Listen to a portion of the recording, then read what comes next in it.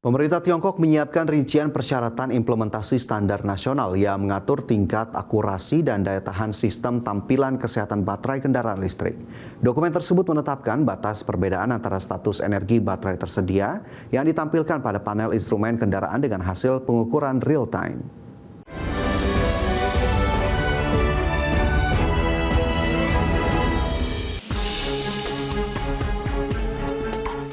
Pemerintah Tiongkok menyiapkan rincian persyaratan implementasi standar nasional yang direkomendasikan GBT 46991.1 2025 dalam mengatur tingkat akurasi dan daya tahan sistem terhadap tampilan kesehatan baterai kendaraan listrik penumpang ringan.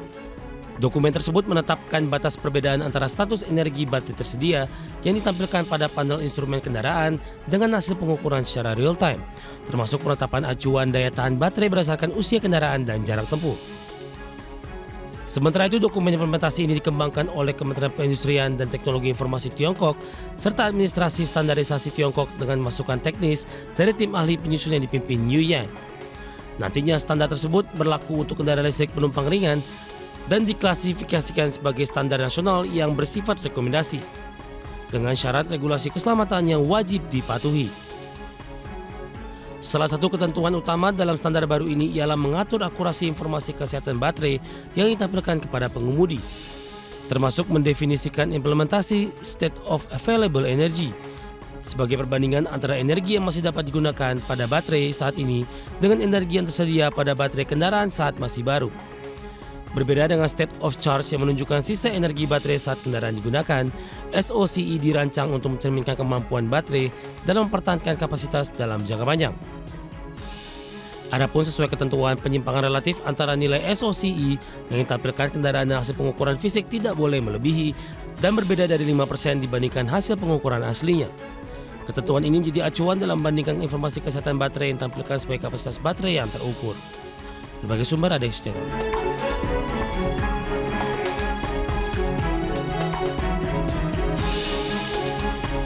Pemirsa, Grab Holdings menaikkan proyeksi pendapatan tahun 2026 menjadi berada di kisaran 4,1 hingga 4,15 miliar dolar Amerika.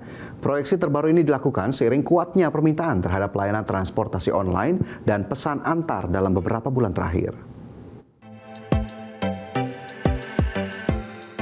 Perusahaan teknologi Singapura Grab Holdings menaikkan proyeksi pendapatan tahun 2026 seiring kuatnya permintaan terhadap layanan transportasi online dan pesan antar dalam beberapa bulan terakhir.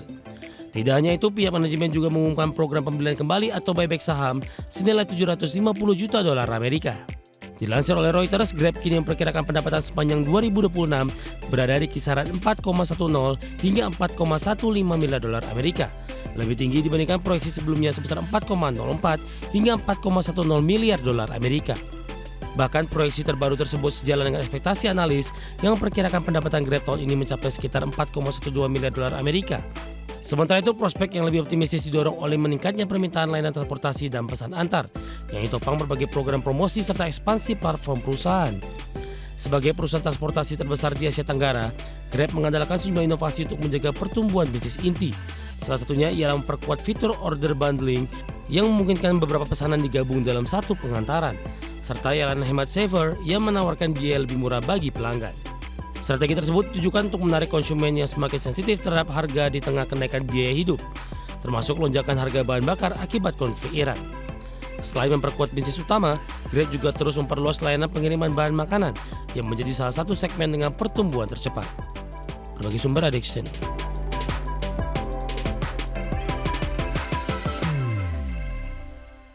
Pemirsa, Toyota resmi memperkenalkan RAV4 2026 dengan pembaruan besar pada sistem hybrid teknologi kabin dan fitur keselamatan pintar.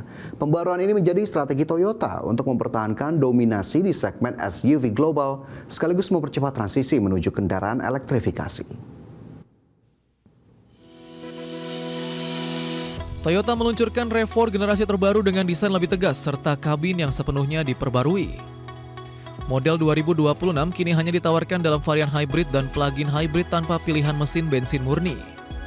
Langkah tersebut menegaskan komitmen Toyota terhadap elektrifikasi di pasar global.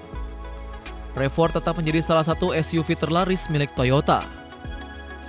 RAV4 terbaru menggunakan generasi terbaru sistem hybrid Toyota dengan efisiensi lebih tinggi dan akselerasi yang lebih responsif. Varian hybrid menghasilkan tenaga hingga 236 daya kuda, sedangkan model plug-in hybrid mencapai 324 daya kuda. Varian PHEV juga mendukung pengisian daya cepat DC pada beberapa trim. Peningkatan tersebut membuat RAV4 semakin kompetitif di segmen SUV elektrifikasi. RAV4 2026 dibekali platform perangkat lunak Erin dengan layar sentuh hingga 12,9 inci dan panel instrumen digital 12,3 inci. Sistem ini mendukung pembaruan over-the-air, navigasi berbasis cloud serta Apple CarPlay dan Android Auto nirkabel. Toyota juga meningkatkan pengalaman pengguna melalui antarmuka yang lebih cepat dan responsif. Kabin baru difokuskan untuk meningkatkan kenyamanan dan konektivitas. RAV4 terbaru menggunakan Toyota Safety Sense 4.0 dengan fitur pengenalan tabrakan lane change assist dan adaptive cruise control generasi baru. Sejumlah fitur dapat diperbarui melalui over-the-air update sehingga kemampuan sistem terus berkembang. Strategi ini menunjukkan pergeseran industri otomotif ke arah kendaraan berbasis perangkat lunak. Teknologi menjadi faktor utama dalam persaingan SUV modern. Berbagai sumber IDX Channel.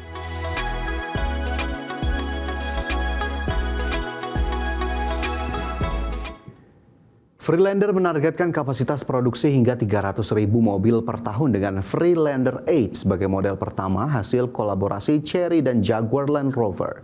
Target agresif ini menunjukkan besarnya ambisi kedua perusahaan dalam memperluas bisnis kendaraan energi baru dan bersaing di pasar SUV premium global. Freelander menargetkan kapasitas produksi mencapai 300.000 unit mobil per tahun di pabrik Changshu, China. Target tersebut akan didukung oleh fasilitas manufaktur yang sebelumnya digunakan untuk memproduksi model Jaguar Land Rover. Langkah ini menunjukkan optimisme terhadap pertumbuhan permintaan SUV energi baru. Produksi massal dijadwalkan dimulai pada akhir 2026. Freelander 8 menjadi model pertama dari merek baru hasil kerjasama Chery dan Jaguar Land Rover. SUV berukuran besar ini dibangun di atas platform yang mendukung EV, PHEV, dan Range Extender Electric Vehicle atau EREV. Freelander 8 akan menjadi ujian pertama bagi merek baru sebelum meluncurkan model lain dalam 5 tahun mendatang. Produk ini juga dirancang untuk dipasarkan ke berbagai negara. Kolaborasi dengan Jaguar Land Rover memberikan Chery akses ke segmen SUV premium yang memiliki margin lebih tinggi. Sementara itu, Jaguar Land Rover memanfaatkan platform dan efisiensi manufaktur Chery untuk mempercepat pengembangan kendaraan energi baru. Strategi ini diharapkan meningkatkan daya saing kedua perusahaan di pasar global. Sinergi tersebut menjadi model baru kolaborasi industri otomotif. Permintaan SUV berbasis listrik dan hybrid terus meningkat terutama di China yang menjadi pasar mobil terbesar dunia. Freelander menargetkan momentum tersebut dengan menghadirkan produk berteknologi tinggi dan berdaya saing global. Jika target produksi tercapai, Freelander berpeluang menjadi salah satu pemain baru yang diperhitungkan di segmen SUV premium. Langkah ini juga mencerminkan persaingan yang semakin ketat di industri kendaraan energi baru. Berbagai sumber IDX Channel.